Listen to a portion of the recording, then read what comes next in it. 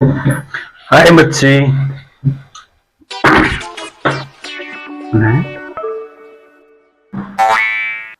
ஹாய்டா.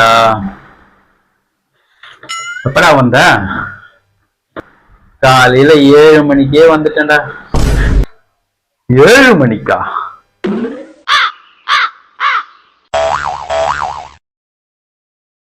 எதுக்குடா 7 மணிக்கு?